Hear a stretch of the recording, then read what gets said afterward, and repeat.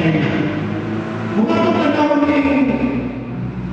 nung panahon ni Lepo sa Joshua, ang Lepo sa Joshua, usap ini ang libro sa misyon sa bahagi na makahintong kitang misyon sa usang bahagi sa ating kinamuli isip mga anak sa Ginoo.